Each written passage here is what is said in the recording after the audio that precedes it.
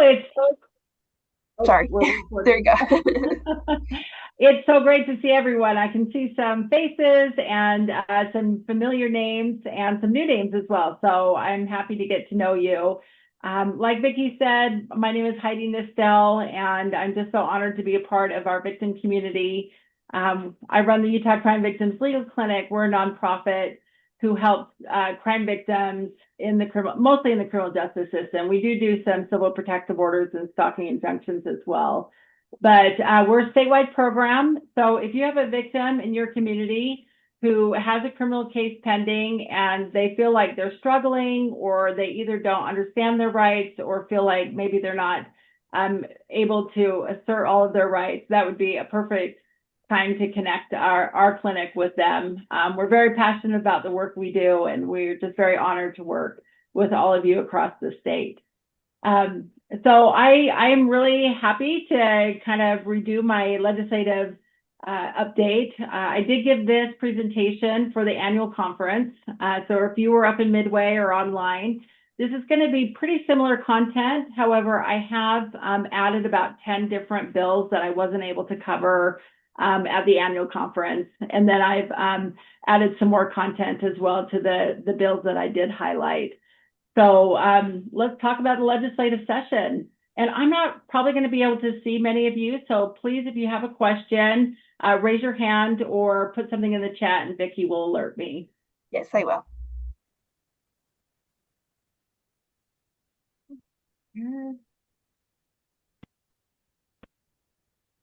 And we can't see your slides for a minute because I think you're, oh, there, now we can. You're good. Yep. Oh, perfect. Okay. Yeah, please let me know if there are any glitches. But this was a very active and robust legislative session, which it kind of is every year. Some years where we have more luck than others in promoting and trying to get victim-related legislation through. I would say that this was a fairly successful year, and I'll give you some of the statistics on that in a moment. I do just want to give credit. A lot of this material I compiled from things that the Utah Victim Service Commission put together. I serve and help chair their legislative committee, as well as the Utah Prosecution Council. They probably do the most comprehensive review related to criminal justice legislation in the state. And so on this next slide, I provided a link, and I believe you'll have all of this, my PowerPoint, as well as a very detailed summary of each of the bills I'm going to be highlighting today.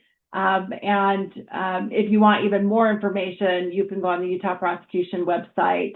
You can also find all of the bills that were even sponsored, not even the ones that passed and didn't pass. And you can go to the Utah State Legislative website and get a lot of information about how it went through committees, what the different votes were, and get some more legislative history on each of the bills that we're going to be talking about. I also invite you to go to the Commission of Criminal and Juvenile Justice website. They also track crime-related and victim-related bills, and they have a lot of summaries and reports on their website as well. As well as I know the Utah Domestic Violence Coalition has put a comprehensive summary together of bills relating to domestic violence, crimes, and victim-related issues. So I'd invite you to access those additional resources. So on the Victim Service Commission, this is the primary body that is under the executive branch, under the governor's office, and it's headed by our fearless leader, Marlise Jones. She's incredible, and she has a great staff that works with her. If we have victim policy that we want to explore or talk about or get passed by the legislature, then it's the Victim Services Commission that's really critical in building those bridges with legislators, having access to the executive branch. And so every legislative session, they have a legislative committee, and I co-chair that with Marlise. And every Friday, between 10 and 12, we talk about all the legislation that's been sponsored and proposed. And as the commission, they listen from feedback from advocates and from people in the community who log on to that meeting.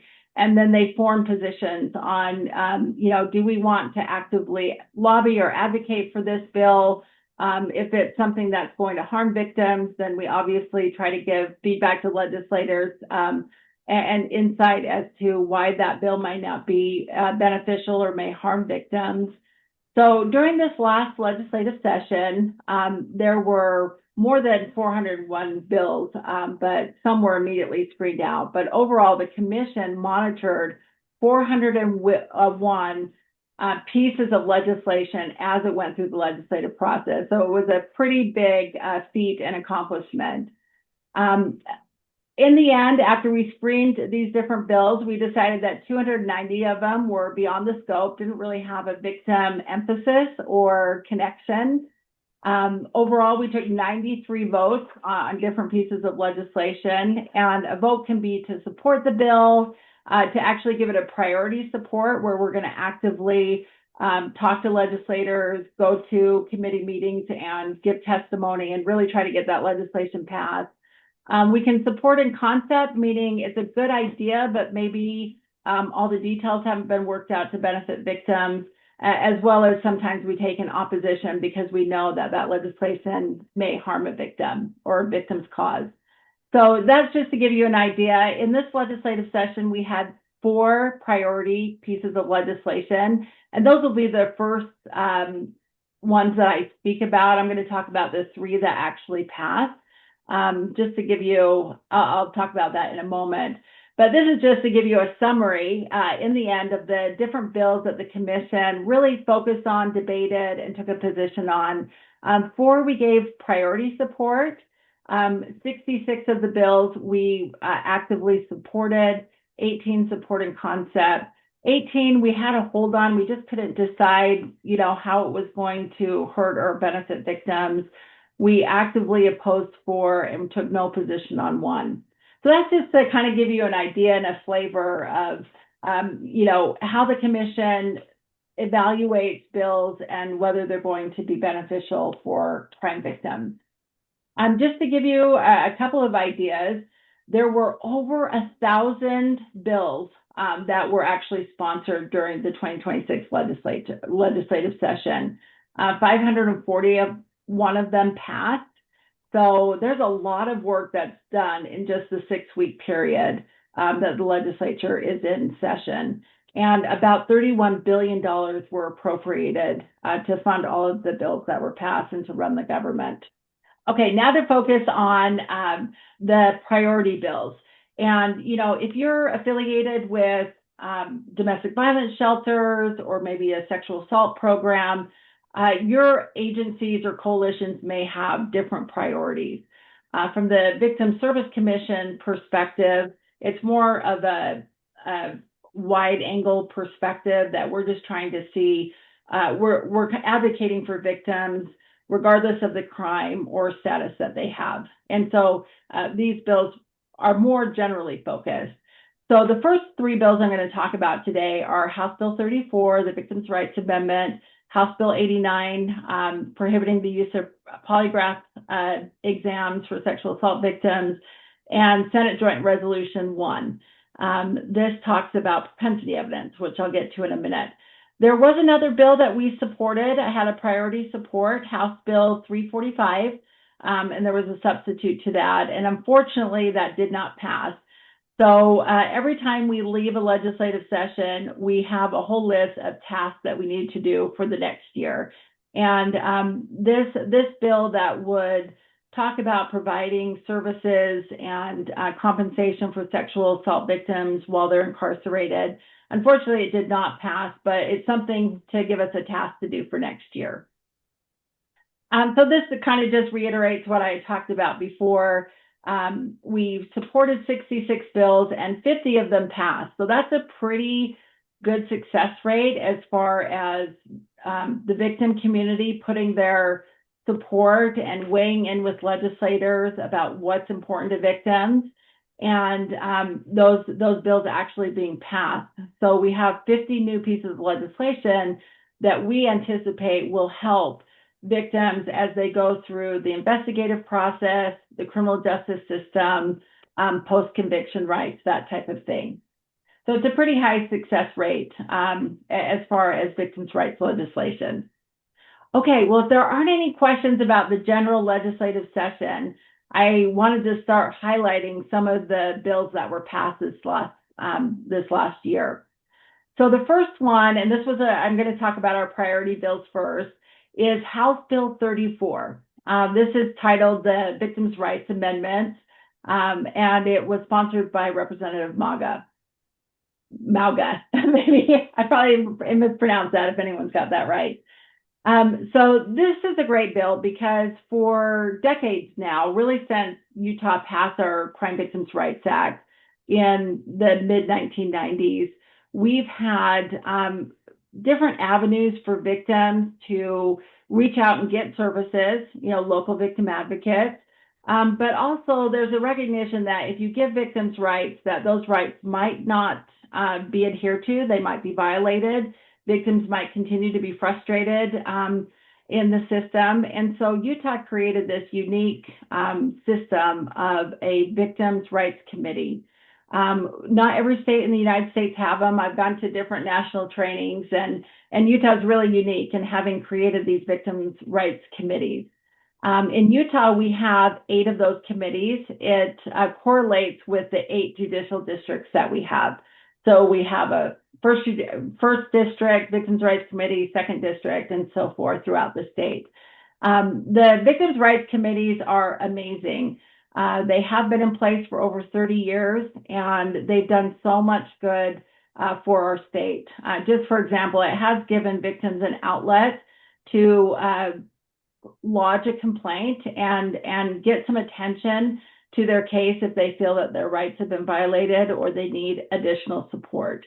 So the committees get together typically on a quarterly basis, and they're comprised of really important victim-related advocates and criminal justice professionals. So in each judicial district that we have a committee, there'll be someone from the prosecutor's office, from local and county law enforcement, victims like community-based victim advocates, either domestic violence shelters, rape advocates, sexual assault advocates.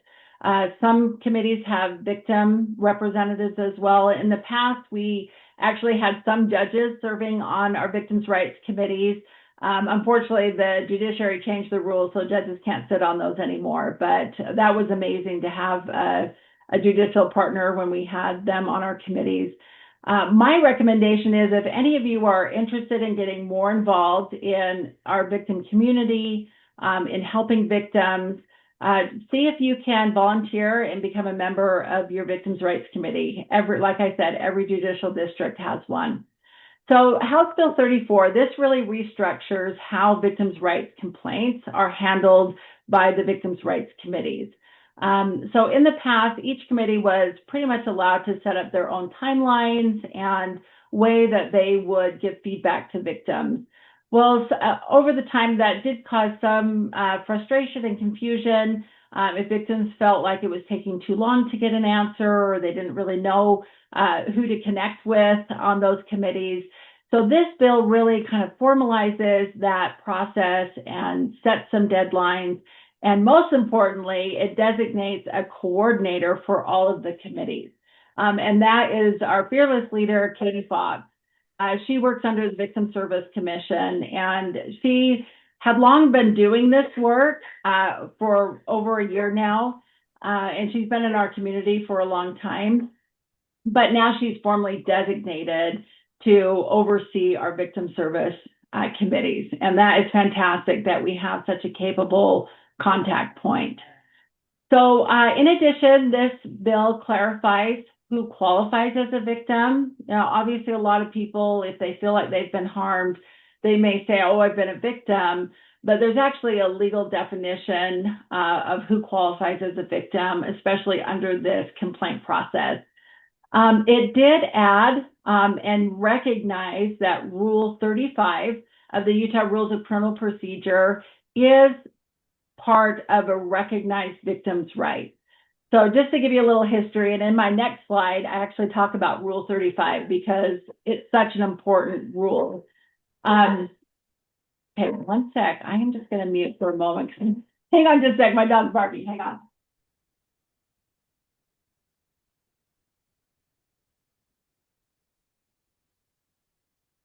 Sorry about that. It's very unprofessional, but we have a new puppy and she likes to bark. Okay, so some of you may be familiar with Rule 35. It's actually been part of our rules of criminal procedure since 2003, so 23 years. In my opinion, it is such an important rule that outlines the roles that prosecutors and judges have in enforcing victims' rights. But I find even today that there are a lot of prosecutors and judges that either don't know about Rule 35 or don't keep it on the forefront of their mind when dealing with victims. So I'm going to go over the rule in just a moment. But this new law was important because it actually formalized that everything stated in Rule 35 is part of the definition of victims' rights. So I think it's just an extra reminder that everyone needs to defer to Rule 35. And just finally, criminal justice agencies should ensure that they have a clear written policy for handling victims' rights complaints.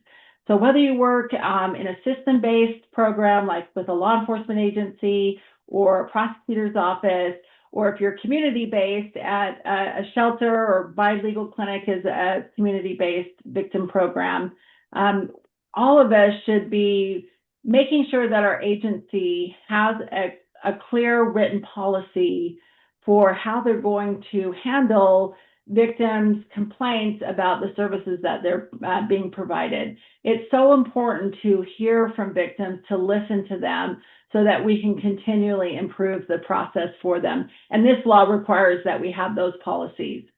So just to give you a quick overview of Rule 35, if you haven't read it recently or Hey, maybe... Heidi. Sorry to interrupt you. Oh, you had raised your hand. That was better. We just part of the gray boxes over your slides now. It might be like your chat is open or maybe something covering over your slides. So. Okay, one moment. It's just on the left side of your slides. And I can't see that because I can only see my... Yeah, I think it's probably if you've moved any part of Zoom settings over or something. If you want to try to reshare, that's totally fine. Sorry about that interruption. Oh, I'm so glad. Yeah. We don't want any obstructions if possible. Yeah. So, there. Does that work? Yeah, I think you're good. There's a little one on the very top, but I think it's not obstructing much, so you're good. I think it's just your settings, so you're okay. Okay, sorry about that. If it continues to be a distraction, let's try again. No, it looks good now. You're good.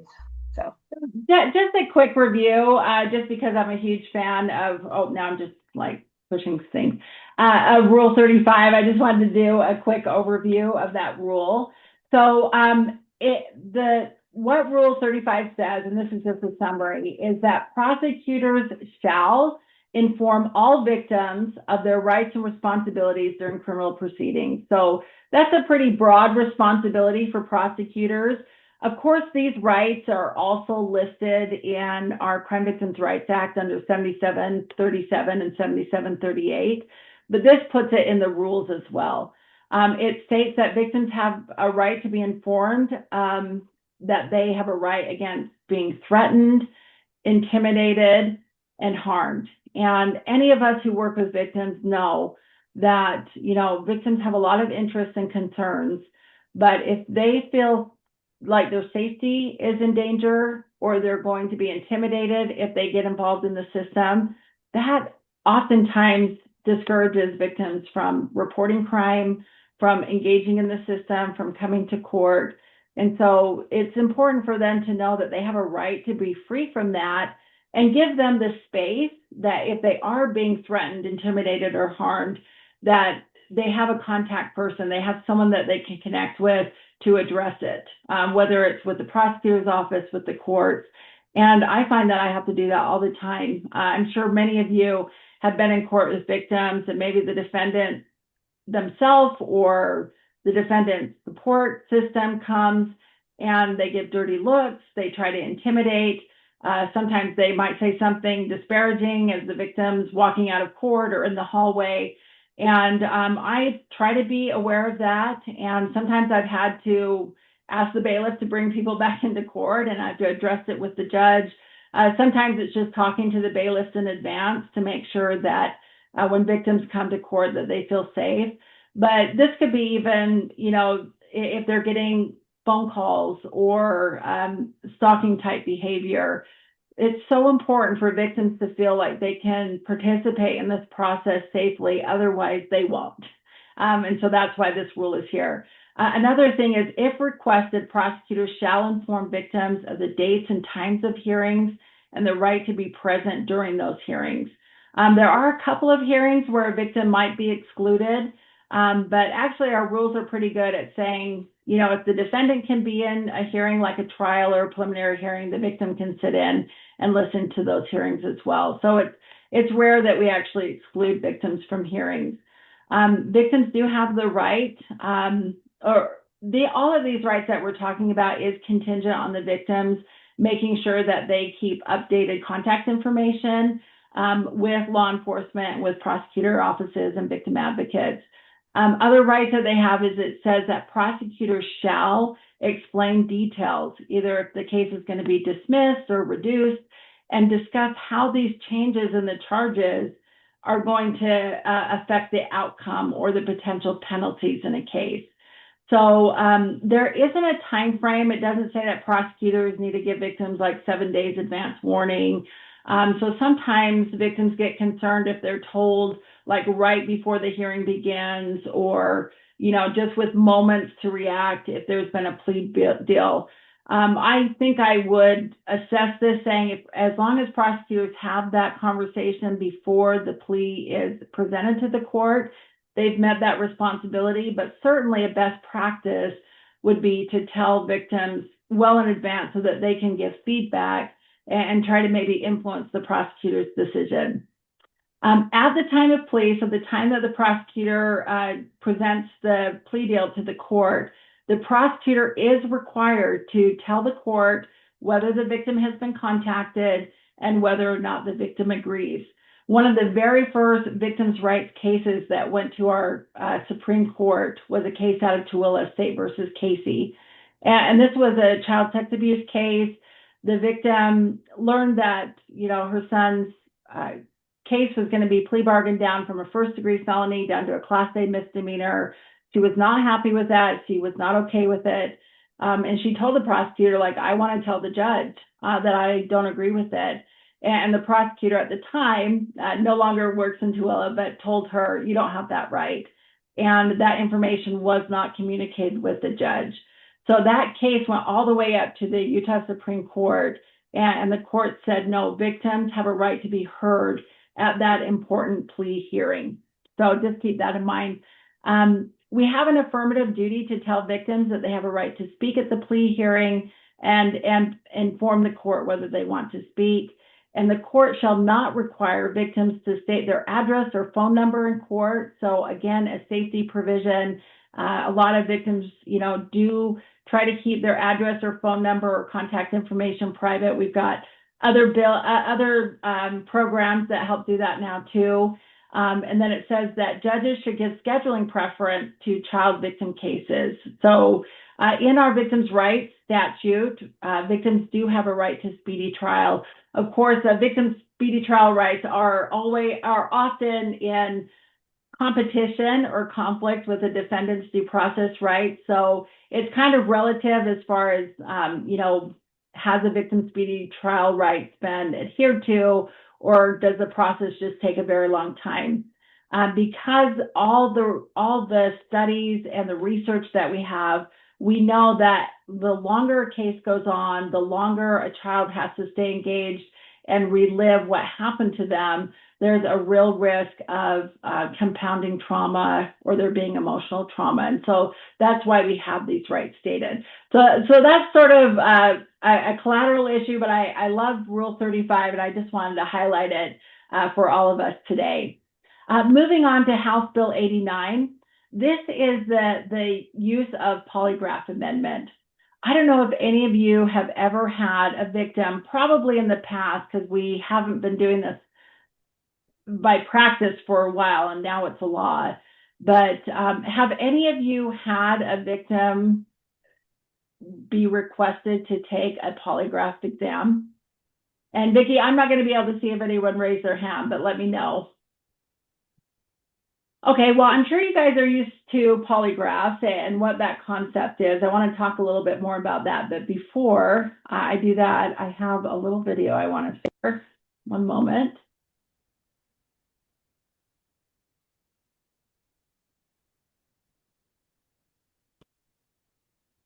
Some of you may have seen this movie before.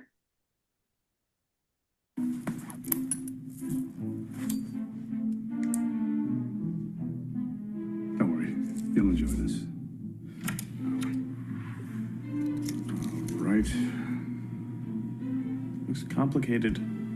Now, these aren't 100% accurate, right? They're... Well, you'd be surprised how accurate they are. They can tell fairly easily if someone's lying or not. Now I'm going to ask you some questions, and all you have to do is answer yes or no. Okay. All right. Let's give it a whirl. Did you fly on an airplane today? Yes, I did. No peeking. Did we eat pot roast for dinner tonight? Yes.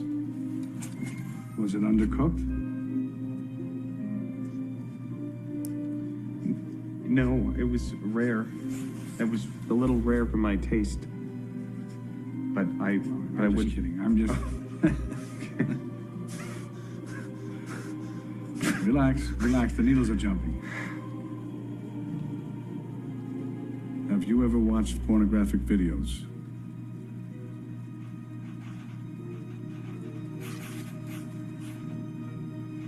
No. I mean, well, I don't... Yes or no?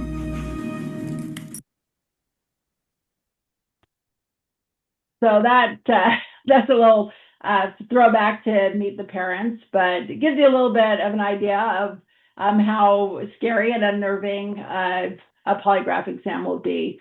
Unfortunately, there has been a history in the United States and unfortunately a little bit in Utah where victims, even sexual assault victims, have been asked to take a polygraph exam in order for a prosecution office to be willing to go for it. I've actually had a case like that in the last 5 years where a sexual assault victim was told either take a polygraph test or I'm dismissing the case, and they refused to take the test, and the case was dismissed. Fortunately, the Attorney General's office refiled the case and took that case to trial. So polygraphs are, just in the legal community, we know that they are not considered scientifically reliable.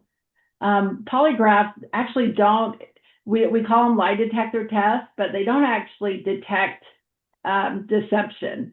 What they do is they measure physiological arousal. And so decades of studies have showed that polygraphs are unreliable, up to the point of 60% of them have been deemed unreliable. So that's a pretty bad record. And so we want to make sure that we're not subjecting victims to those. A couple of additional victim dynamics to that is all of you who have worked with victims in crisis or trauma know that recalling trauma actually increases stress responses. So just by that, by the nature of being a victim of crime and potentially experiencing trauma, measuring their physiological response just is not a reliable way to determine truth or not. Victims also suffer from the fear of not being believed, and this can increase anxiety. And oftentimes, unfortunately, emotions such as shame and embarrassment also affect psychological responses. So this new law is really important to pass just to make sure that nobody in the state is asking victims to do this. It has 3 protections for victims of sexual offenses regarding polygraphs. We cannot ask or require, nobody can, not law enforcement, not the prosecutors. Obviously, I don't think the judge would ever do that. Cannot ask or require victims to take a polygraph. We cannot use a polygraph as a condition of proceeding with a case, and we cannot use the lack of a victim taking a polygraph to prevent charging or prosecution.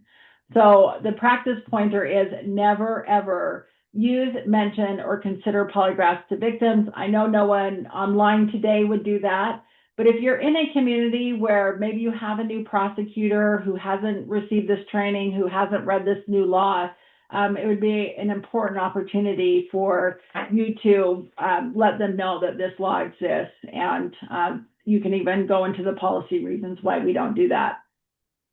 Okay, the next bill that I'm so excited to talk about is Senate Joint Resolution 1. This is amending the rules of evidence concerning crimes or other bad acts. So it does amend the Utah Rule of Evidence 404, and I'll talk more about it in the next slide. But in summary, 404 gives direction on when past behavior can be introduced in court.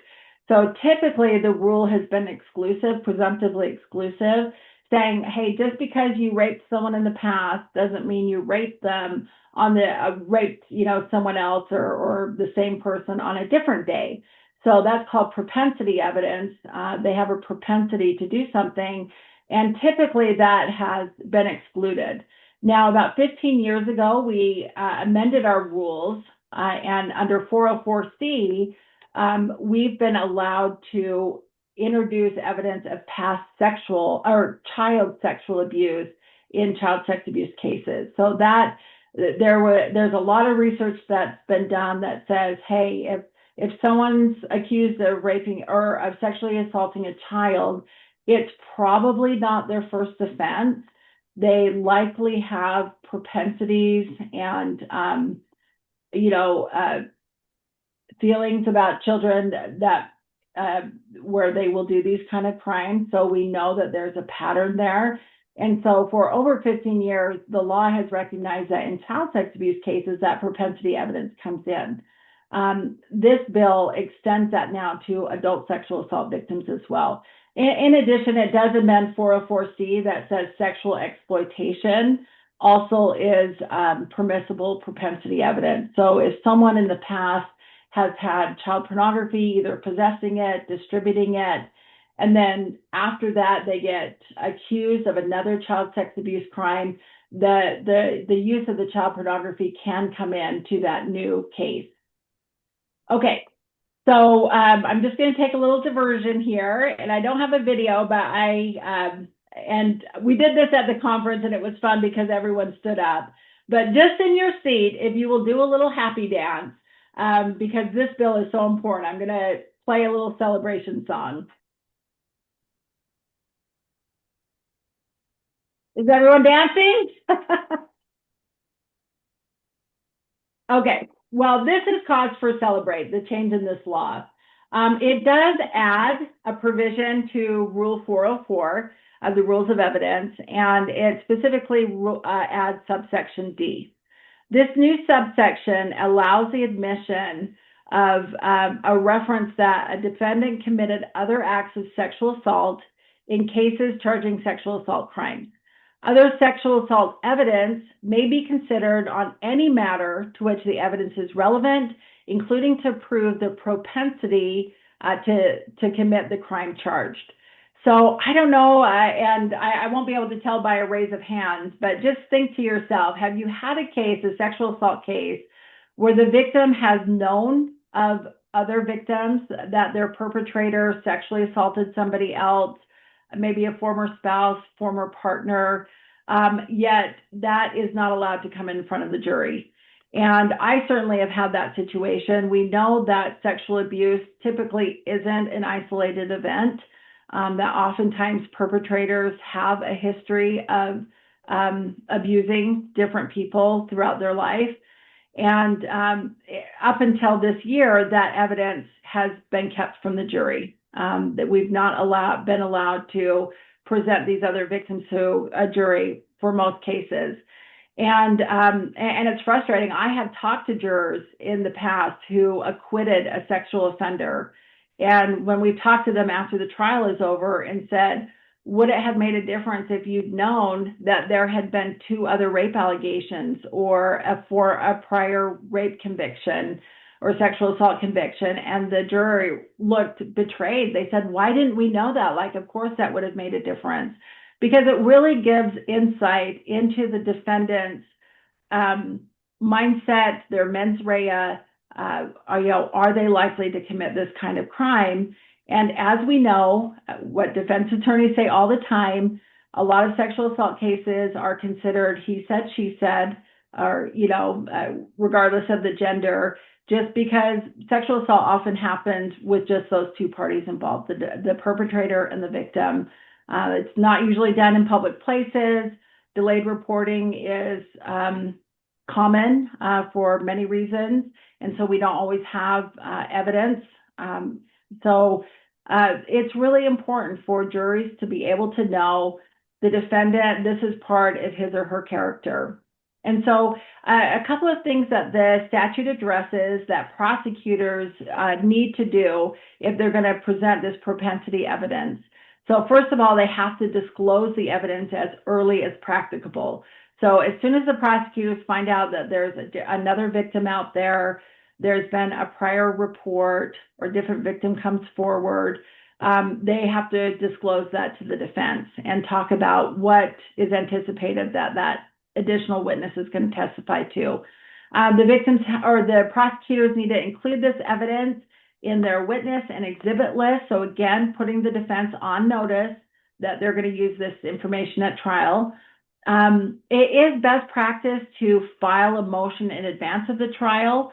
So if any of you work with prosecutors or are working on a sexual assault case where you know there's another victim out there, it is best for the prosecutor in advance of trial to file this motion so that the court can hear the evidence and make a ruling on it so that we can have that witness teed up for the trial and know that they're going to be able to testify. And then it is common, and we're anticipating that when those cases actually go to a jury trial, that the jury will be given some sort of instruction about, weighing the different evidence and reminding them that they're there to decide the charged conduct. The defendant may have committed other rapes in the past. The jury is not there to decide whether those allegations are real or not, but the allegations that they're facing in that trial. So it's important for the jury to understand that they can use that prior evidence to gain insight into the defendant's methodology and intent, but they're not actually deciding, did that prior rape or sexual assault happen? I just wanted to point out the federal government passed a rule like this 30 years ago. And, defense attorneys in arguing against the legislation just said, oh, the sky is going to fall. Every sexual assault defendant is going to be convicted now. There's going to be all this bias and unfairness. And the reality is our federal government has been doing it for 30 years. And there's been no widespread abuse of this rule. The courts still are the gatekeepers of whether evidence comes in or not, whether it's relevant evidence, whether it's, if the prejudicial value outweighs the probative value. So we still have safeguards in place, but it's such an important development that we got this law passed, and we've been trying to for the last 3 or 4 years. Okay, moving on to some other pieces of legislation. House Bill 87. Whether you're an animal lover like I am, I obviously have animals, or whether you work with clients who have animals, I'm sure you have an appreciation for, these are family members, and it's really tragic when animals are abused and a part of the process as well. So this law really recognizes that there are going to be animals out there that need rescuing, that police and animal control officers are in the position that they're going to be taking these animals who have been abused into care. And this bill lays out the procedure and who's going to pay for that, and what the government can do with these animals. So just to give you a little context, animal cruelty is very broad. It can include physical abuse, neglect, hoarding. I've got a video clip that shows a case that happened in Ogden, which is where I lived. It wasn't my house, but in my community. So hoarding animals, animal fighting, abandonment, and even sexual abuse of animals. So really severe and tragic crimes. If it can happen to an adult, or to a human, it can and has happened to an animal as well. So one thing to keep in mind is oftentimes when someone is caught abusing an animal, there are many animals involved. Oftentimes they might have, multiple animals in their home. That might be their MO, that they go out and collect animals just so that they can abuse them. And I just wanted to show a video. In Ogden last year, there was a pretty notorious case where a home was found with 150 dogs. So a lot of animals that were found to be abused. And I'm just going to show you a little video clip from the news article that covered that. Oops, one moment.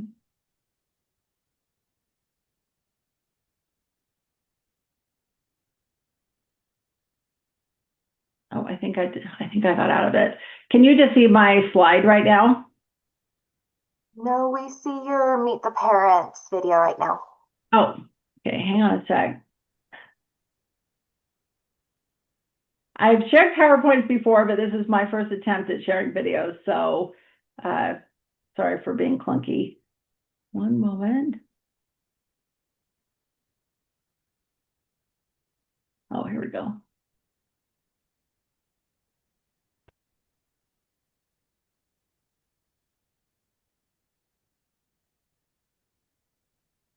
The smell was so bad, these officers had to go grab their masks.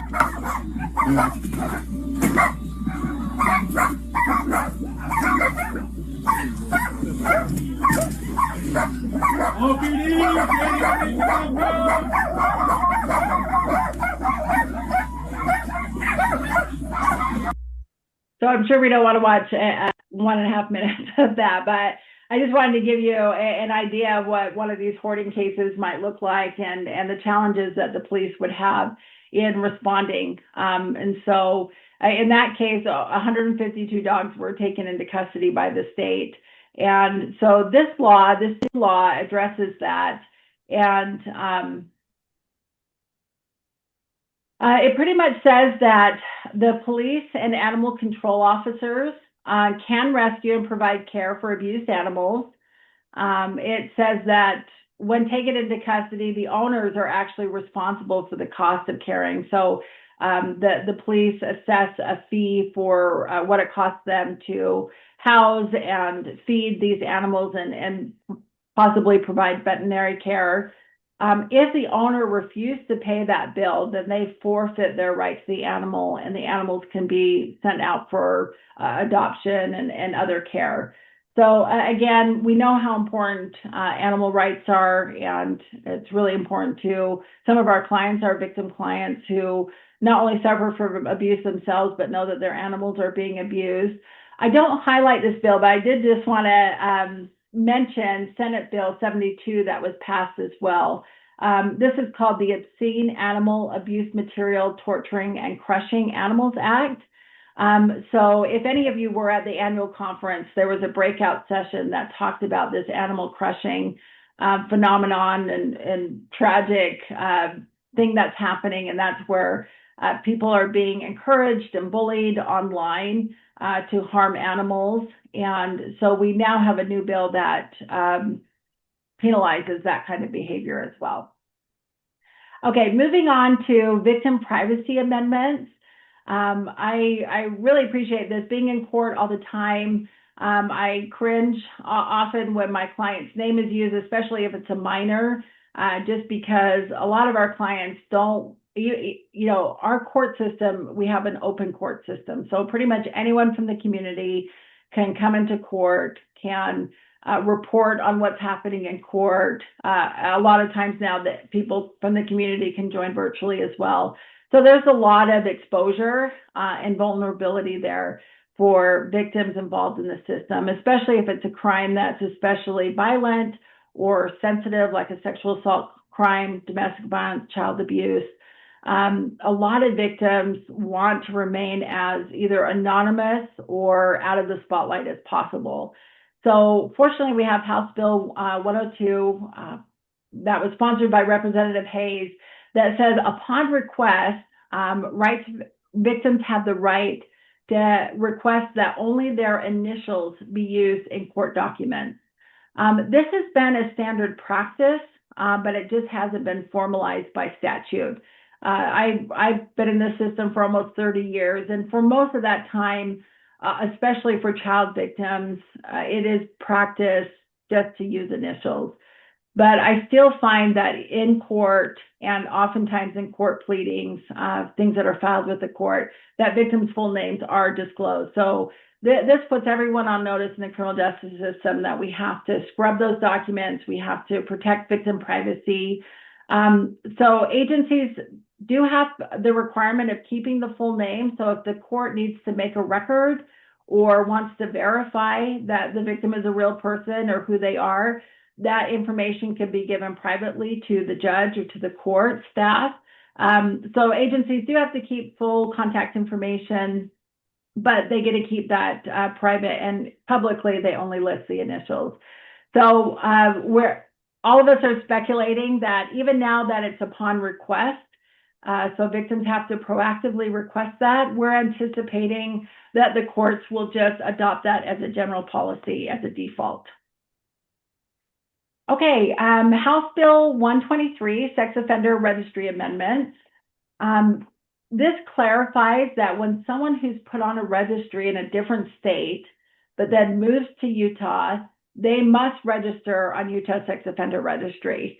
So I'm sure we've all hoped that that's been happening, but because there wasn't a law in place, we found that people were falling through the cracks, that they committed, sexual crimes in other states, were put on their registry, because every state does have a sex offender registry. But then when they would come to Utah, sometimes they would fall through the cracks. So now within 10 days of moving to Utah, they have that affirmative requirement of making sure that they're registered on Utah's registry. Just to give you some context, in 2026, over 8,800 individuals are on Utah's sex offender and kidnapping registry. Any of you who work with sexual assault victims probably have experienced how important this is to our victim clients. I'm sometimes amazed that a lot of my clients put the sex offender registry over even things like how much time someone will spend in jail or prison, or other conditions that an offender might have, or consequences as a result of a sexual assault conviction. So for a lot of sexual assault victims, a perpetrator being on the registry is so important. I find it's very altruistic. A lot of my clients say, I just don't want this to happen to anyone else, and they're really focused on making sure that no one else has to suffer and go through the harm that they have, which I think is really altruistic. And so this sex offender registry is super important. And it's important that people that come from out of state who have done this conduct can be on the registry, so we can all be alerted to their presence. I'm ready to move on, but I just want to take a pause and come up for air for a moment. Does anyone have any questions about the laws that we've talked about so far? Okay, we'll just move forward then. So House Bill 139, Female Genital Mutilation Amendments. This was sponsored by Representative Ballard. I'm sure for many of us, it feels like an unimaginable crime. In 30 years of practicing, I haven't personally had a case where this was a charged crime, but we know that it exists. I just wanted to give some information to you. According to a 2023 study done by the AHA Foundation in Utah, it said that there are over 1,500 women and girls living with female genital mutilation, or what's called cutting. And they estimate that almost 400 girls are at risk every single year of this type of crime. In their study, they also found that 81% of the females that they were able to identify were the affected population were in the Salt Lake metropolitan area. So it certainly exists, throughout the state of Utah, and there are advocacy groups specifically meant to help this population. But it is a problem. There are over 1,500 females in the state of Utah who have been mutilated or been victims of this cutting behavior. So this bill specifically eliminates the statute of limitations for this crime. So in the past, it was treated like any other felony, that there was a 4-year statute of limitation. And fortunately, with this bill, it has eliminated that. The statute of limitations, I'm sure most of you know, but it's the amount of time that the government has from the time the crime occurred to when they have to file charges.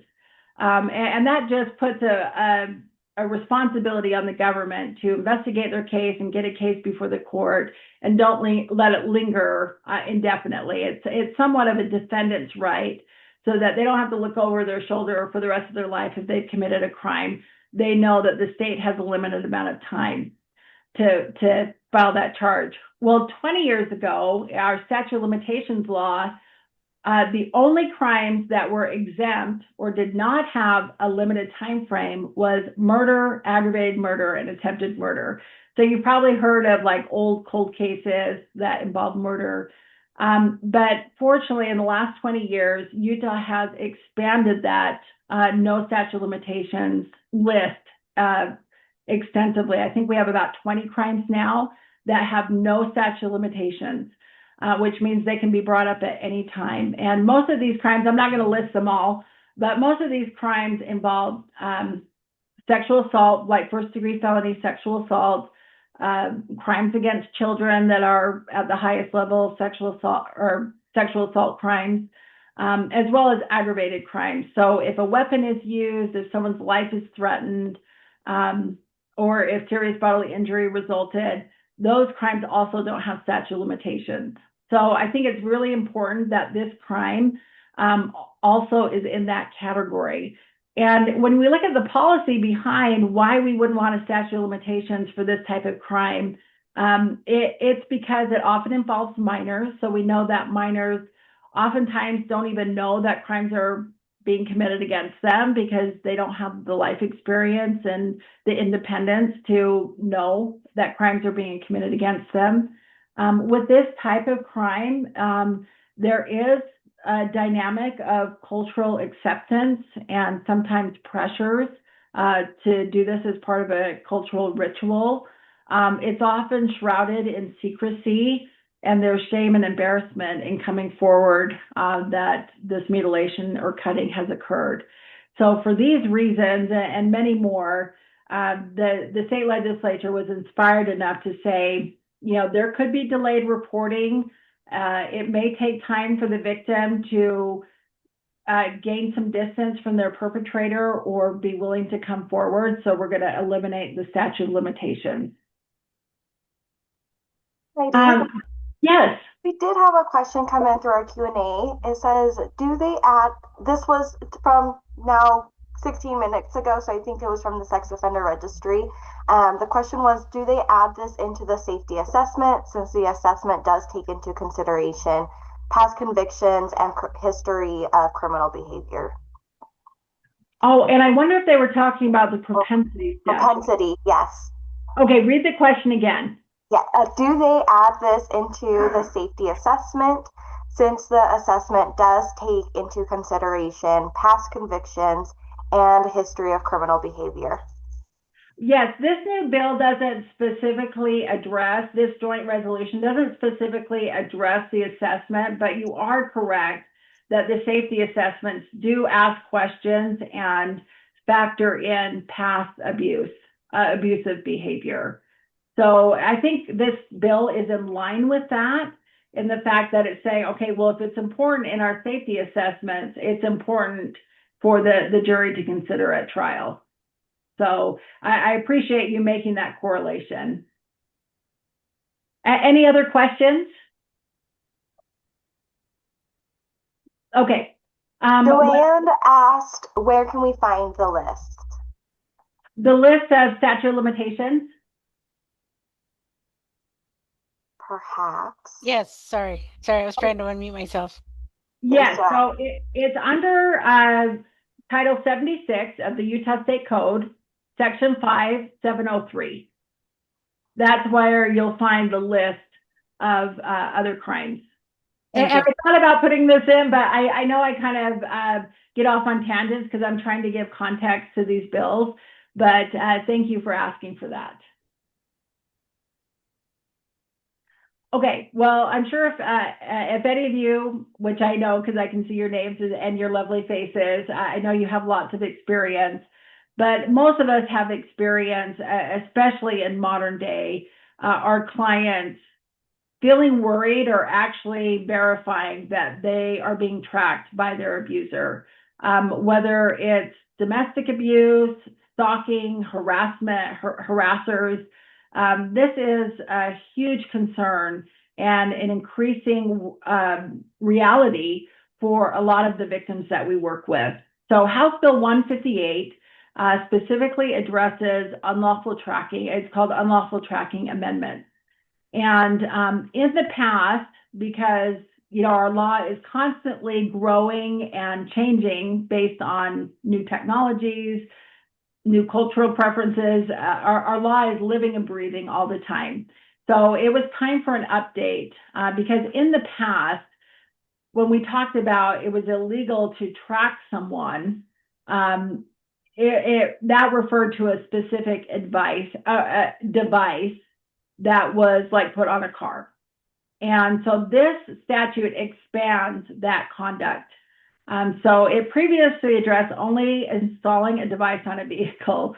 Well, we know nowadays that people are tracked 500 different ways. And I've got some examples that I wanted to share with you, but I'm sure you've had personal experiences, maybe not personal, but professional experience as well. And so this expands that conduct and to include devices, like tracking devices being put on victims' phones, other computer devices, their own person, and things like that. So just to give you a little bit of more information on this, now the definition of use is expanded to mean it can be on a person or additional personal property. So it's not just limited to a device on a vehicle. So the devices that track people can include things like AirTags, GPS trackers, different tracking applications. So oftentimes an abuser, if they have access to a victim's tablet, computer, or phone, they will install tracking applications to those devices that they can monitor and keep track of the victim. Very scary stuff. Oftentimes, you might be in a relationship with someone and give consent, like, oh yeah, let's share each other's location. But this law recognizes that consent can be withdrawn, and then it's illegal to track that person after that consent has been withdrawn. So there are exceptions in the statute that says, okay, we're still gonna, allow police and public investigators to do some tracking, but obviously it has to be under their professional obligations. If they're going to track someone and it's covered by the Fourth Amendment, they might have to get a search warrant or warrant to do that in advance. But it does recognize that there are exceptions for police and public investigators. Tracking technology is often present in high-risk domestic violence cases. So if you work with domestic violence victims, you always want to remember to kind of think about the whole situation and what we know about domestic violence. It often involves sexual violence. So, I think we've gotten better about inquiring or seeing if victims want to disclose that there's also been sexual violence in addition to physical violence or emotional intimidation. But this is another thing to ask. Ask your clients or your victims, do you have concerns if you're being watched or tracked or stalked? And I think we would find that a lot of our clients admit or acknowledge that they've had those concerns. So I created a slide that just sort of tips for those of us working with victims on what to look for and how to detect and prevent electronic tracking. So one thing is to remind them to try to check for unknown tracking alerts. So oftentimes devices, you can put settings on that will alert you if one of your applications is being accessed by someone else or from a different device. Because vehicles are still oftentimes used as, I was going to say, a vehicle to commit this crime.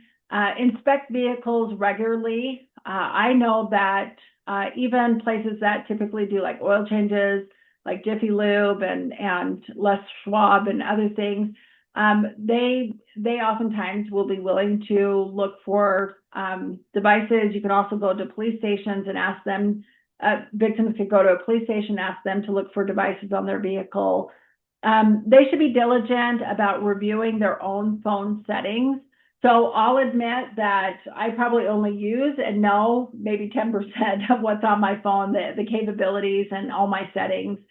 But if someone had concerns and they were in a dangerous relationship or situation, that would be a good thing to review their phone settings to see, are they sharing information? Does anyone else have access to their device? And just protecting privacy overall. Ask or encourage victims to watch for signs that their device has been compromised. Again, alerts, if they leave their device and they know they have certain apps, activated or dormant, and then they get onto their device and they can see that that's changed, that's possibly a compromised device. Be cautious if they have a history of shared accounts with their abuser or with other people who are aligned with the abuser. Check your connected devices, disable location sharing, use a safe device for safety planning, and most importantly, if we want to hold people accountable and actually use this law that's been passed, try to preserve the evidence so that they can report it to police and it can be proven to a jury that this stalking or harassment behavior has been happening. Okay, yes. We have one more question in regard to the propensity law. Oh, sure. Do additional victims need to have police reports of their incident, or would a forensic interview with an investigator suffice? Karina, I believe she's from BYU Advocacy. I've had a few cases where the additional victims didn't want to make police reports, but were willing to share their experience. Does that make sense? Karina, that is such a great question. Thank you for asking that question. I'm sorry I didn't hone in on that before. So eventually it's going to be up to the judge what propensity evidence is allowed. There is not a requirement that there be a police report or a conviction in a prior sexual assault case in order for it to be introduced at a new trial. However, things like having a conviction or as much documentation or evidence of that prior crime makes it stronger. I would like to say that the judge gives it more weight when the judge is deciding whether to let it in or not. So certainly if a prior allegation, if there was some sort of report out there that the victim recanted, and there may not be like expert testimony to explain that, because we do know that recantations happen in actual cases that have happened. But if there's a recantation, or if there's been a finding that the victim who came forward did not tell the truth, or had lied about part or some of it or all of it, then the judge would weigh that in deciding whether that evidence comes in at trial. So that's a great question. The answer is a forensic interview, a victim just coming forward and saying this happened to me is enough, but eventually they're going to have to either present that testimony in front of the judge before trial and be willing to testify about it at trial. Okay. And additionally to that, is best practice to have them interviewed in the jurisdiction it occurred in, or can their investigators interview them and add it to his case file for the primary victim? That another great question. So if that prior victim wanted their case to be like fully investigated and potentially even charged, I would say they definitely need to report it where the crime happened. That's the agency that would have jurisdiction. We have had cases in Utah where, a victim comes forward, the case is filed, and just from media exposure, other victims come out of the woodwork, if you will, and come forward and say, this happened to me too. Same perpetrator, similar circumstances. Typically, it depends on where it is in the process, but if there's a lead detective or investigator, they may be asked to go out and do a formal interview. Again, in the new jurisdiction where the crime has already been charged and the propensity evidence is going to be used. Sometimes prosecutors' offices employ their own investigators. So all we really need to do is have like a formal report by an investigative agency. So either the investigative agency where the previous crime occurred, or it could be from a detective from the jurisdiction where the case is filed. So I know I'm giving long-winded answers. I'm trying to give as much information as possible. I hope I'm not making it confusing. No, that was great. Thank you. And then in regards to the tracking, Marari is asking if the victim has concerns about tracking, what is happening in their case? What are the next steps they should take? Additionally, can the suspect be charged, and how is the classification of those charges determined? Yeah, so this bill actually makes it criminal to track someone. But even before this bill, we have additional statutes like stalking and harassing, which might also be invoked by this type of behavior. So typically this behavior is going to start out as a misdemeanor. But if there are other statutes that are invoked, like stalking, and it's happened more than once, it could even fall into the felony range. But typically just tracking someone is a misdemeanor. And it's under this statute. So I put the statute here, 76-12-305. That's the new or it amended that statute. Thank you. Okay, great. Well, I put this one in because I was looking for more bills that might have a victim perspective.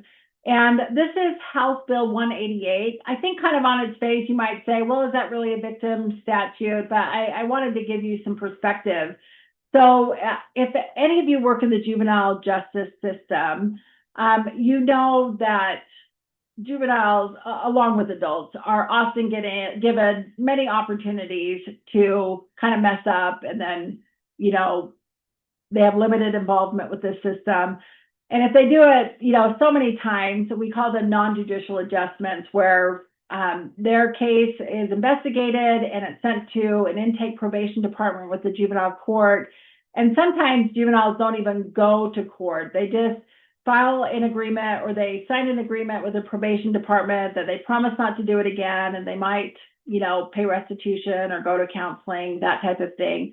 Well, in the past, kids who are found with drugs on school campus or in the community often have had almost unlimited access to these non-judicial adjustments, and they just keep messing up, and they've been given opportunity after opportunity after opportunity. So this law actually limits the amount of times that they can have non-judicial adjustments for repeated drug offenses. So essentially it's 3 strikes you're out. On the 3rd referral to the juvenile court, it actually has to be filed and go in front of the judge, as opposed to just be handled by the intake probation department. So I think that's important. The victim connection that I find, and I'm sure any of you working with victims often know that perpetrators commit crimes while under the influence. And in fact, 1/3 to 1/2 of juvenile offenders of violent crimes report that they have substance abuse problems or use. So it really is important for juveniles to be held accountable about drug offenses because it is the gateway, it is the threshold often in a third to half of violent crime cases that they struggle or are under the influence of drugs. So I do think that this is victim related. Now we're going to talk about House Bill 221, the Coercion Amendments Law. This was sponsored by Representative Wilcox, who does a number of victim-related bills. So this is really important because there are real-life examples, sadly, of people, adults, but especially teenagers, who feel bullied and coerced online to harming themselves. And we have had tragic cases. I think one case that you might be familiar with is a young man by the name of Jake Curtis. I believe he was in the southern Utah area. Anyway, he was targeted.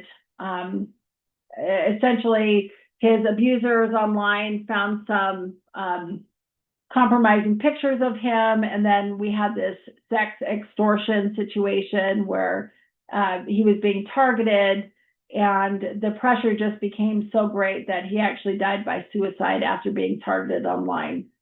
And according to the legislative testimony for this bill and media reports, offenders obtained these intimate images and threatened to distribute them.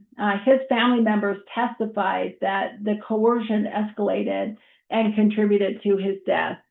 So unfortunately, with the presence of social media, so many different platforms, and a lot of evil intent out there, we've just seen a lot of youth especially be susceptible to being bullied and forced into doing things that they normally would not. So this bill creates and clarifies the crime of aiding and encouraging suicide. It's a second-degree felony, and it also has no statute of limitations. So essentially what the law says is you cannot aid someone or intentionally encourage them on 4 or more occasions when that person dies or attempts to die by suicide. So this was a compromise. I mean, some people would say one time bullying someone is enough to rattle them, to, make them feel like they want to die or take their own life. But as part of a compromise, the statute actually says it has to be on 4 or more occasions. So it has to be a pattern of behavior that over time, a little bit of time at least, encourages or promotes the victim to take their own life. So it does separate the concept of sexual extortion and aggravated sexual extortion, and adds the element of sexual extortion. So that's kind of a new dynamic with new technology and pictures being shared and distributed on different platforms that we now acknowledge sex extortion is a crime. It also makes sex extortion offenses eligible as a domestic violence offense. So in our cohabitant abuse statute, 7736, there is a list of crimes that qualify as domestic violence crimes. And it includes things like even criminal mischief where property is damaged, or physical violence, sexual violence, things like that. And now it includes sexual extortion, because we know, maybe especially in domestic violence cases, the parties have an intimate relationship with each other. It's possible that pictures or videos were taken surreptitiously, like without the victim knowing, or consensually, but then when the relationship sours or there's a control dynamic, oftentimes perpetrators will try to use those images to extort their partner or the person that they have that relationship with. So interestingly, not only is it a second-degree felony, which is punishable by a prison sentence of 1 to 15 years, most likely they would get jail time instead of prison time unless they'd done it before. But it also imposes a mandatory fine of 10 and anywhere from $5,000, $10,000, or $20,000 fine. So we're really trying to deter people from committing this behavior. Not only can they become a felon, they can potentially face jail or prison time, but they also have this huge fine, which we don't see a lot of in our criminal court system. Actually, the trend over the last 2 decades has been for judges not to impose fines because we don't want to, they haven't wanted to put defendants in a debtor's prison, but this does the opposite. This says if you commit this crime, we're imposing a mandatory substantial fine. Okay, House Bill 276, Artificial Intelligence Modification. Now, this is also, you might say, well, is this really a victim-related crime? Obviously, if someone creates a digital image and uses your likeness, and that is intimate or pornographic, nobody wants that to happen. And we have statutes to address this. What 276 specifically does is it affords an avenue in the civil court system. So this establishes civil liability. If someone has been harmed this way, their likeness has been used to create an intimate image, then they can sue the developer of that image or the data service that's distributing it in a civil court. So the nice thing about civil cases as opposed to our criminal court cases is the burden of proof is a lot lower. So it would be incumbent on the victim to file the lawsuit, but the burden that they have is just a preponderance of evidence. So like a 51% chance that this crime happened, not beyond a reasonable doubt like we have in the criminal court system. So this is an avenue for victims to pursue their abuser of creating these counterfeit images in civil court. And another nice thing about civil court is victims can ask for things called punitive damages, not just out-of-pocket damages. So it's meant to deter. So they could potentially get a multi-million-dollar judgment against either their abuser or the people like data centers that either help generate or distribute this material. So it does have a safe harbor provision. So if there is an agency or a business that collects that information or helps generate the image, as long as they follow some procedures to take it down, to scrub it, to make sure that it cannot be distributed through their service anymore, then they cannot be sued. But if they don't do that, if they fail to do that, then that business, as well as the individual who created the image, could be civilly liable. Heidi, we had a question for clarity for more separate occasions. And Oh, say that again? Help me clarify that was in regards to the images. Oh, I'm sorry. I think I interrupted. Could you repeat that? Yes, Ruthie was asking for clarity for more separate occasions, correct? Oh, that's on the coercion bill, right? Oh, that was referring to suicide encouragement. Yeah.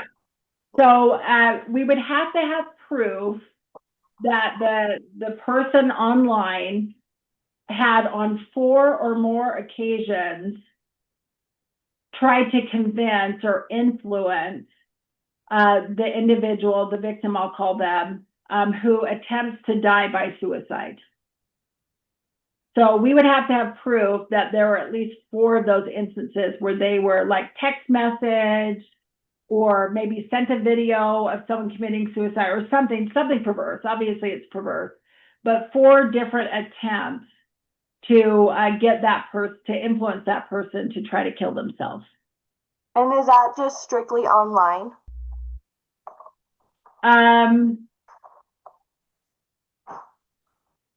Isn't it can be in any format that they encourage it?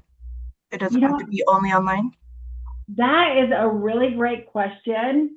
I don't have the answer to that. Beatrice, research that while I'm talking. I'll look at the bill real quick. Yeah, the other thing I was going to note on that coercion one, if the person does get criminally charged, the surviving family members or surviving, like, parent, like in a homicide case where we provide resources for crime victims reparations to their survivors of those that someone was killed, they could also be eligible for crime victims reparations if that person was if there is going to be a criminal case, that the family could potentially have similar benefits to a homicide. So, Vickie, thank you for that additional information and letting us know about that resource. I'm looking at even my more detailed summary of the bill. It does not talk about whether it's specifically digital or through technology. So I'm thinking it probably isn't, but if Vickie, if you could look up 221 for this statute that it amended 76.5.211 and 76.5.B.204, give us an update on that. And I'm sorry, I did not anticipate that question. No, you're good. I'll look it up. Okay. And Ruthie was just adding on there, so just 4 different incidences or actions, not in time. There would have to be 4 different occasions. So I think if there were 4 text messages in a row, then I think that would qualify. If there's maybe Vickie will give us more clarity on that, but I do know that we would have to have evidence of 4 different outreaches or these occasions where the person is encouraging or coercing the victim to commit suicide. Ruthie just had that additional comment that much would occur verbally or by phone. Okay, and Vickie is researching that. So thank you. We've got our whole crew working for us on that. Sorry, I didn't know that answer. Just on moving forward, and then Vickie, you can interrupt us when you have the answer to that. But House Bill 284 is called the Murder Offense Amendment. And this talks about acting with depraved indifference to human life.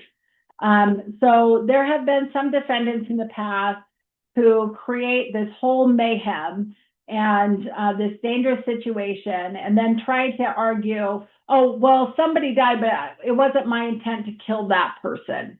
I had my sights or focus on someone else. And so this law helps clarify that acting with a depraved indifference to human life does not have to be intended toward a specific individual known to the murderer. So, shooting into a crowd or creating a deadly situation, we kind of call it a blast zone, if you will, where other people can be injured or killed, that the murderer acted with this depraved indifference. So, hopefully this will eliminate defendants' arguments or defenses that, oh, I just meant to kill Bob. It was just by accident that I killed Jill. And that's not going to cut it anymore as far as getting them away from a murder conviction as opposed to something like manslaughter. So I have some case examples of that I've worked with, but I want to make sure that we get through all the material. But hopefully you can kind of see what kind of situation that would include. Okay, another AI. Just to clarify on that question before, so I put it in the chat too, the wording of the statute. It just says that the actor commits aiding or encouraging suicide if the actor intentionally and with the knowledge that another individual intends to die by suicide or attempt to die by suicide aids the individual to die by suicide, and it defines aiding by providing the physical means, does not include withholding or withdrawing of life-sustaining treatment. So it's not like if someone didn't do CPR, it's not that. It's if they provided physical means. That first part is part of it. And then the second part is the actor on 4 or more separate occasions intentionally encourages another individual to die by suicide. The actor is reckless as to whether the actor's course of conduct is described above would imminently cause the individual to die by suicide or attempt to die by suicide after a 4th or subsequent encouragement to die by suicide. And then if the individual described above dies by suicide or attempts to die by suicide. So that's the wording. So it doesn't specify it has to be like online or not online. It can be physically, virtually, verbally. It doesn't specify that it has to be one way or not that they do that. And then it does have a caveat for practitioners that it's not including if a practitioner provides medication, or things like that alleviates pain, discomfort. That's not meaning that they're aiding suicide. Oh, that's a good exception to highlight. So, I always say, when in doubt, go to the law.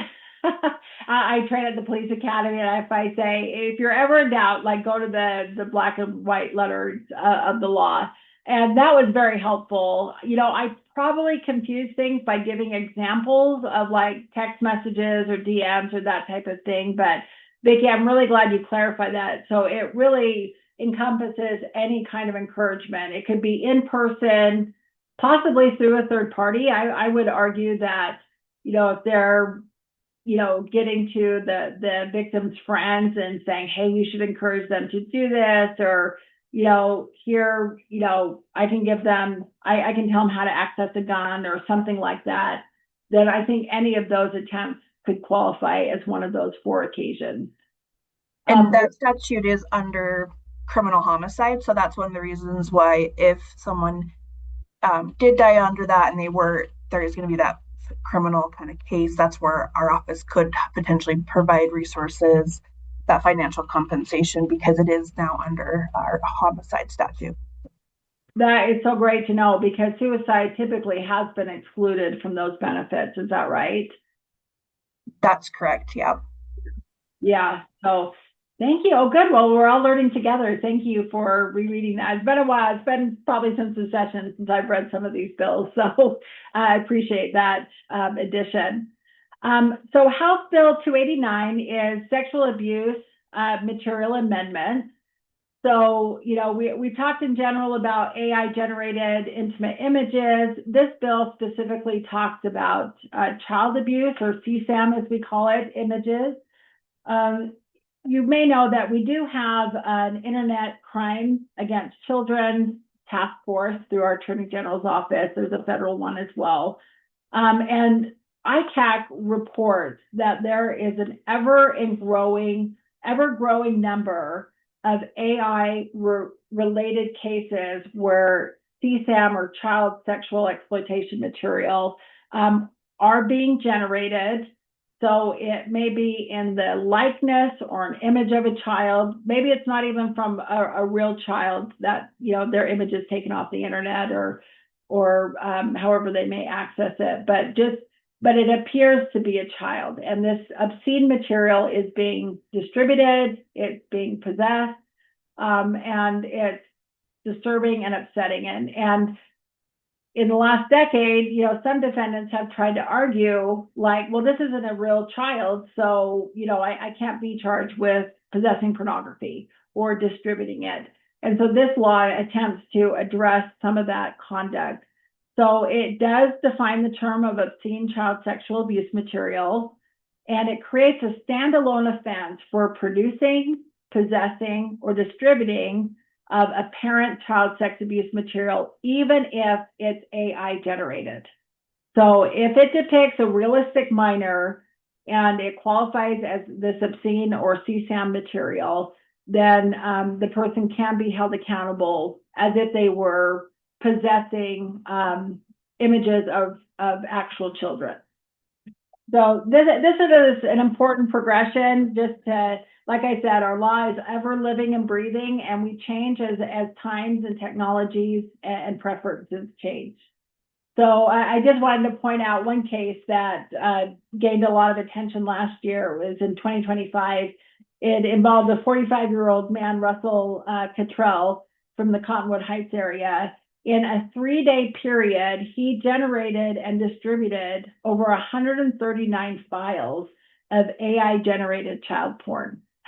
So unfortunately, the possibilities are limitless as far as this material being produced and sent out in the world. And of course, it needs to be stopped and discouraged. That's just my soapbox. I hope you all agree. House Bill 299 talks about school response to sexual assault. This law previously required that a law enforcement agency had to adopt a policy on how to respond to a student when the student commits a serious sexual offense. But the old law didn't really give a definition of what it meant to commit and when law enforcement would have to act.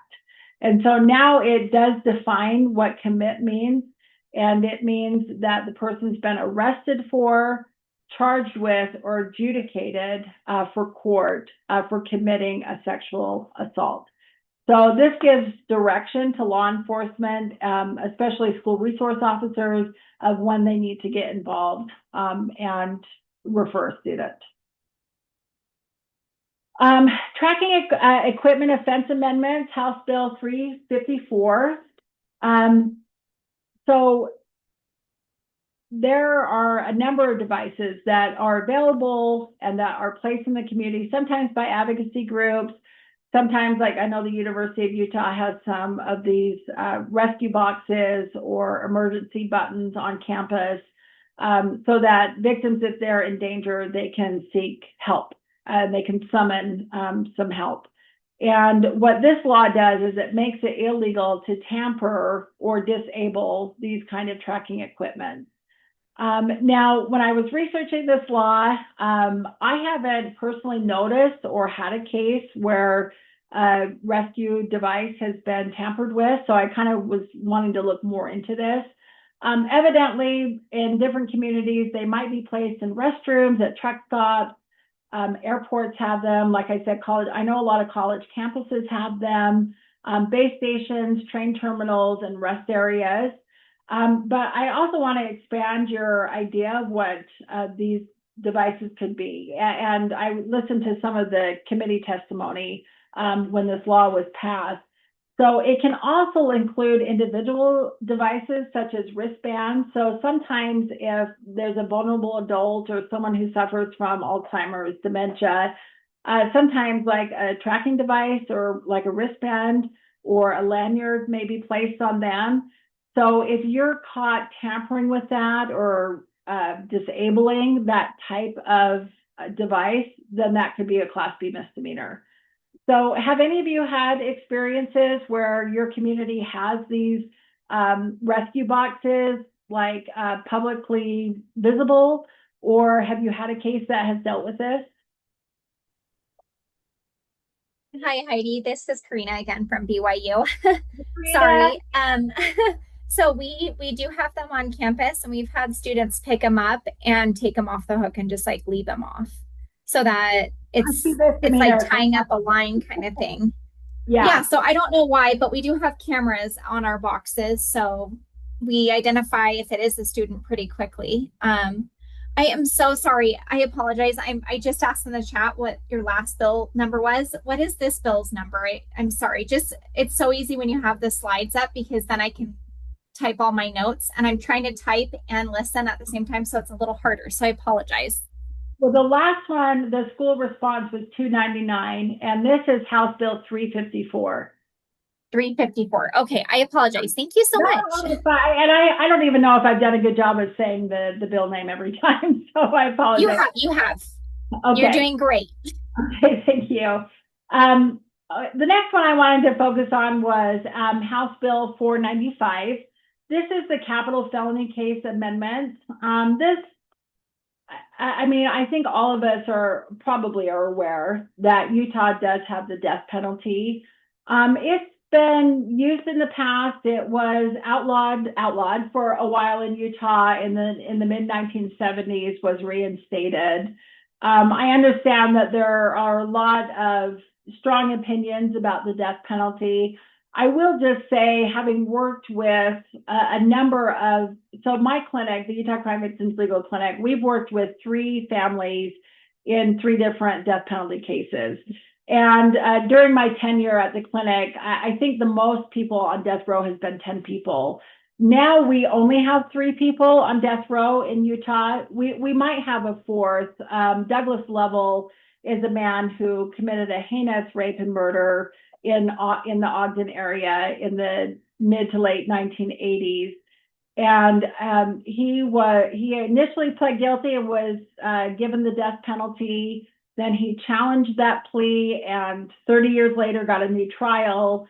Went to trial. The judge, a new judge, also sent him to death row, gave him the death penalty, and he's challenged it, and he's getting a third bite of the apple. So right now, Douglas Lovell is not on death row, but there are 3 inmates or murderers who are there right now. So one issue, if you've ever worked on a death penalty case, or if you've heard about it or followed it on the news, death penalty cases are a totally different criminal justice animal. The rights of the defendant are somewhat different. Mostly it's the procedures and the resources that are dedicated to these cases. A defense attorney has to be death penalty qualified, which means they have years and years of experience, that they've shadowed other death penalty defense attorneys. Defendants, these accused murderers, have access to like a whole investigation team, forensic specialists, all that kind of thing. So it does change the nature of a case. If any of you have been in court and gone to a trial, you know that most trials either have 6 or 8 jurors. In death penalty cases, we have 12 jurors, and the jury actually decides both the guilt phase and the penalty phase, as opposed to the judge giving a sentence. That the jury has to unanimously vote for the death penalty. Well, after that whole trial process, there has been literally almost an unlimited amount of appeals and time that a murderer on death row can appeal their case and prolong their criminal case and their appeal situation.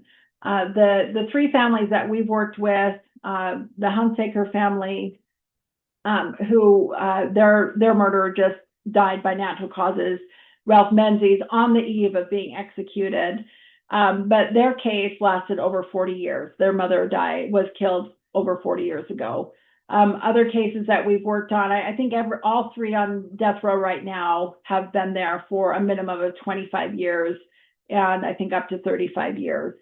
So it is a long and painful process. Most families that I've worked with are proponents of the death penalty. They feel like there's value in that penalty option for, the heinousness of the crimes that these perpetrators commit.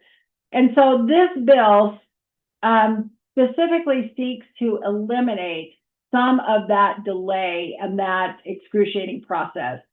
So it seeks to eliminate unnecessary delay in carrying out capital sentences. It contains an express statutory mandate that all capital cases should be prioritized and expedited. It makes that following changes in the process for challenging a death sentence. So now we have more built-in procedures and sort of a front of the line, if you will, approach required by statute for judges to set these motions and these hearings in an expedited fashion, so that we're hoping the eventual goal is to limit the time a murderer has to appeal their penalty and put off their penalty. So it's a very prolonged process. We do still have the death penalty in Utah. There have been attempts to abolish it just because it is not used like it used to be. We do have a case in Box Elder. I don't know if you heard about that case where police were responding to a domestic violence incident and 2 police officers were killed. That has been charged as a death penalty case. And so,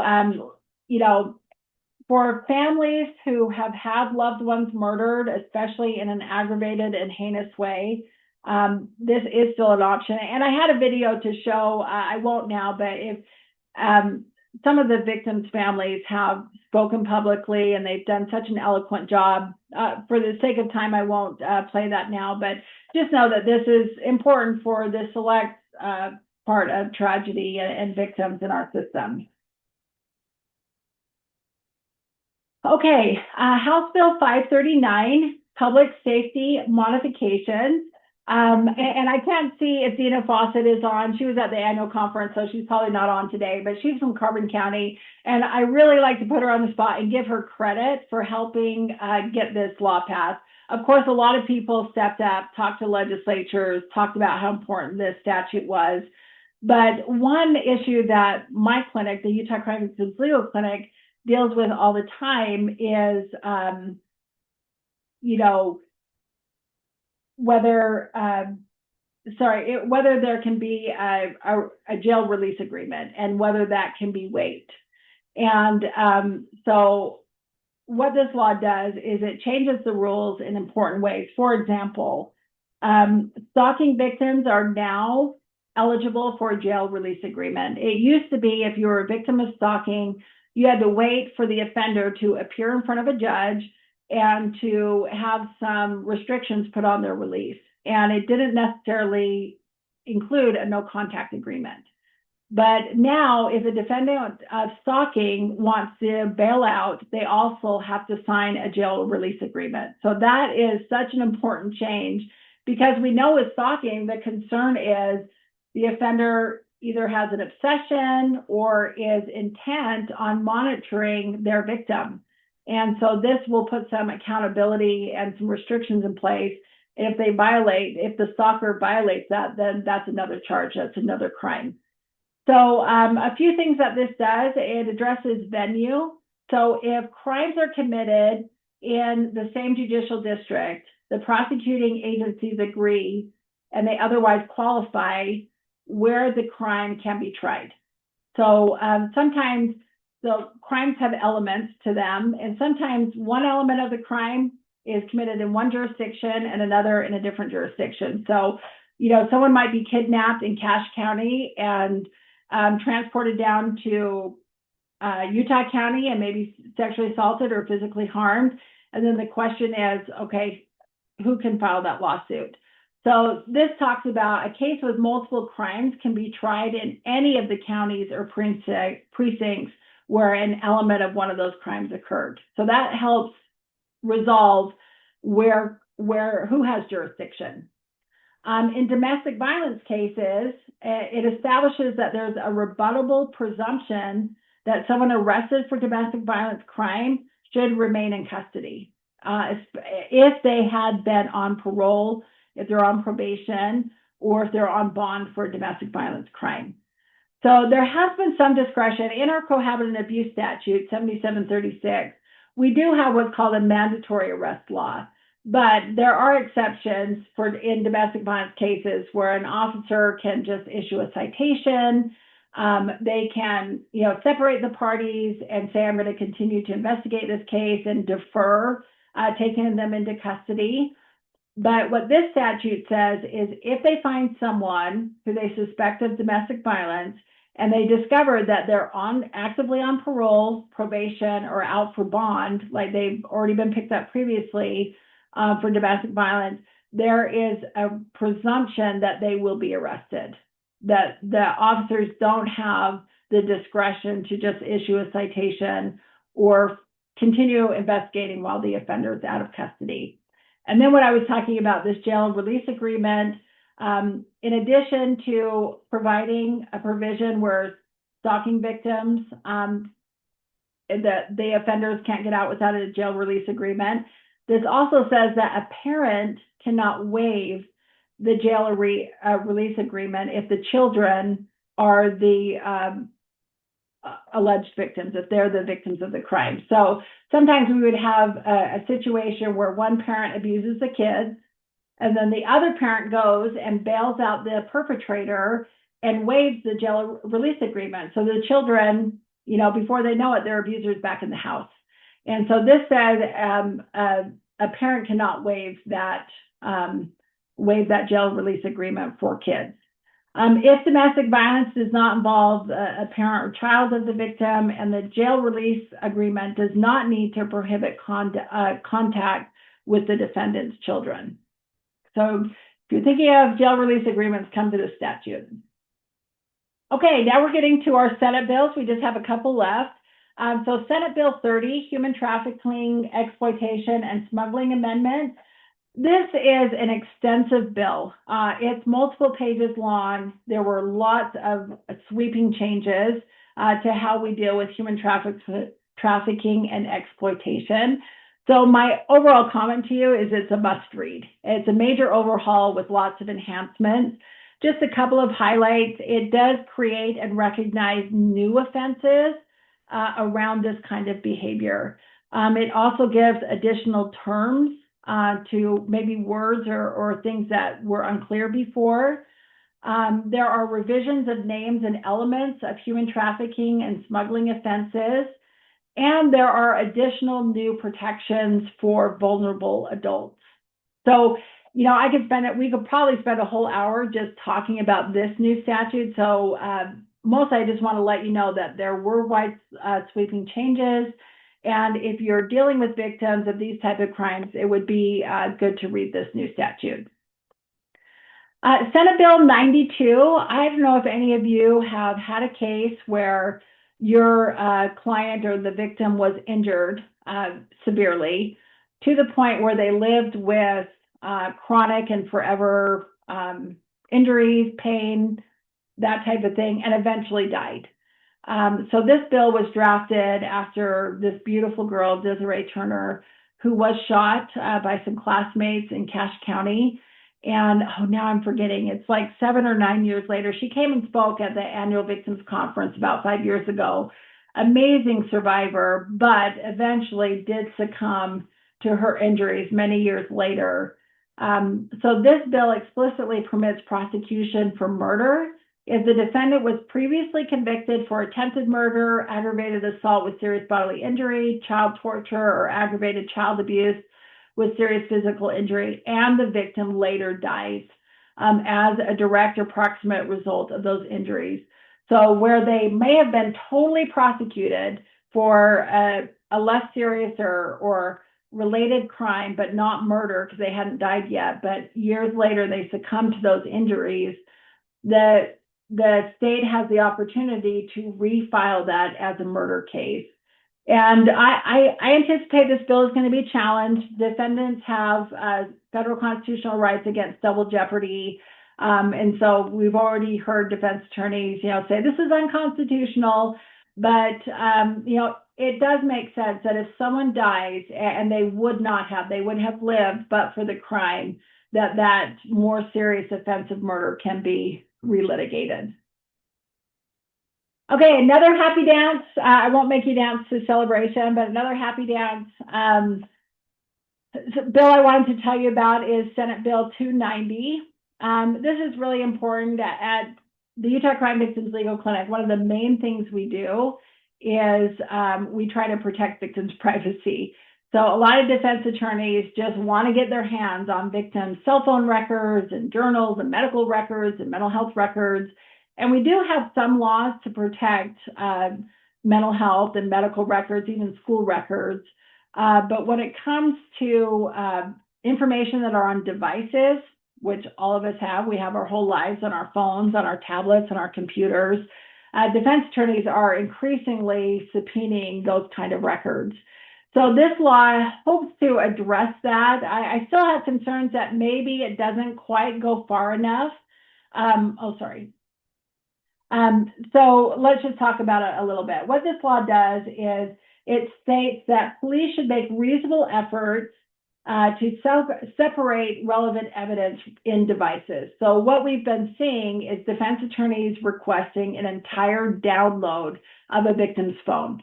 So, they want the victim to show up at the police department, hand over their phone, be separated from it for, up to hours, even days, and every piece of information downloaded. And we've said, no, that's too invasive. We have passwords, we have medical information, might have intimate images, like everyone has a lot on their phone. So what police need to do is try to isolate the text messages or the website searches or whatever is relevant to the case. They need to identify and separate that.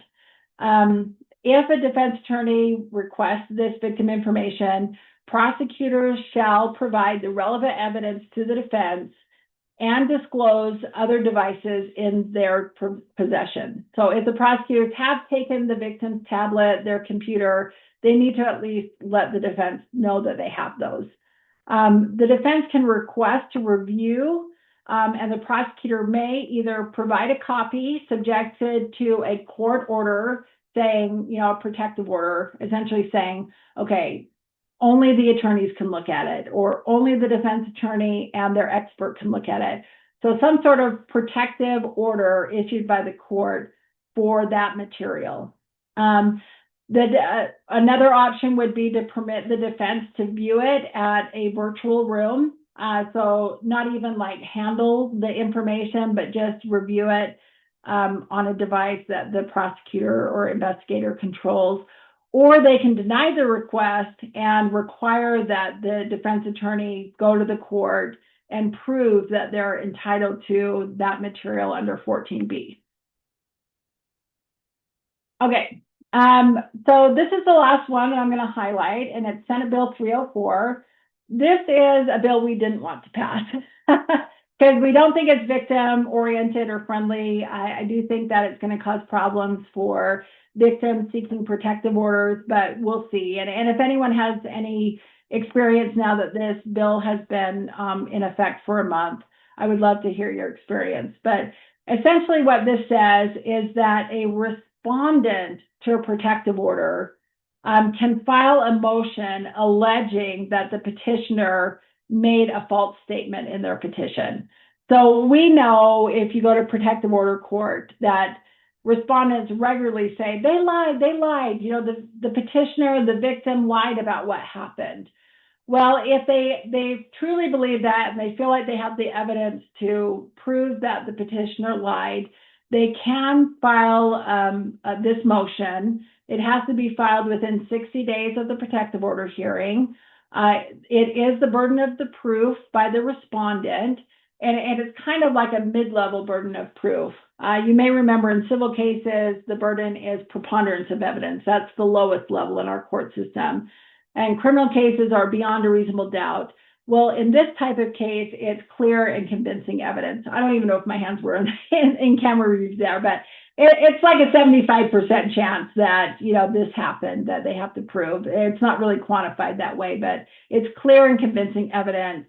Whoever wins this motion can ask for attorney's fees. So obviously, if a petitioner has this motion filed against them, they're the ones who have come forward and said, I'm the victim, either domestic violence, sexual assault victim. This petition's filed against them. If the petitioner wins, they can ask the respondent to pay for their attorney's fees. But likewise, if the respondent wins and the petitioner had challenged that allegation, the petitioner may have to pay for the respondent's attorney's fees. So there's some risk there. Court action can also sanction the petitioner. So if there is a finding that the petitioner lied in their application for a protective order, the judge can, somehow sanction them, possibly award make-up parent time, remove them from the house, dismiss the protective order, other consequences like that. Okay, so we only have 4 minutes left. I had kind of made a list of bills that did not pass that we want to continue to advocate for in the coming year. They will be in your materials. If you like legislative advocacy and you want to get involved, I really encourage you to participate during the legislative session, either with a coalition, with the Victim Services Commission. Go up to Capitol Hill. If you know a victim bill is being sponsored and you have insight like, oh yeah, I work with victims who this would benefit, let me tell you how. It's so important for legislators to hear from those of us who are on the front line. I have been to so many hearings where defense attorneys give an inaccurate representation of what happens in court. And I have stood up and said, Your Honor, or not Your Honor, legislators, you just haven't been told correct information. Defendants do get, everything that the prosecutor has, whatever the issue is. So it is important to have your voice heard. And another way to get involved is with the victims' rights committees. So It's been a pleasure to be here with you. Are there any other questions before we end?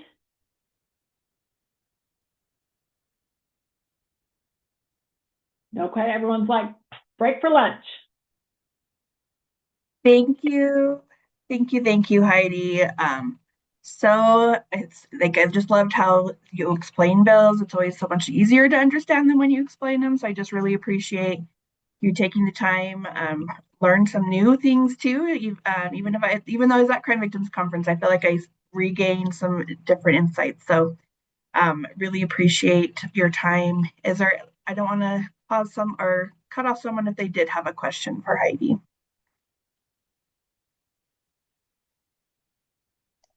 Okay, thank you so much.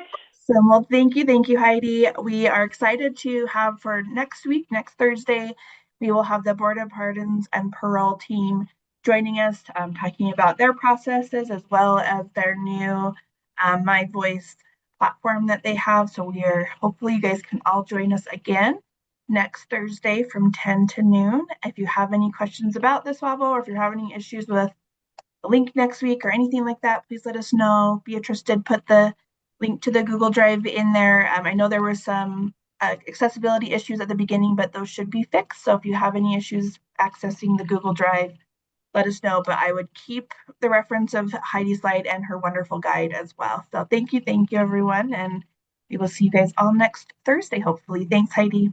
Have a great day. Thanks, Heidi. So good to see you. We'll see y'all next week.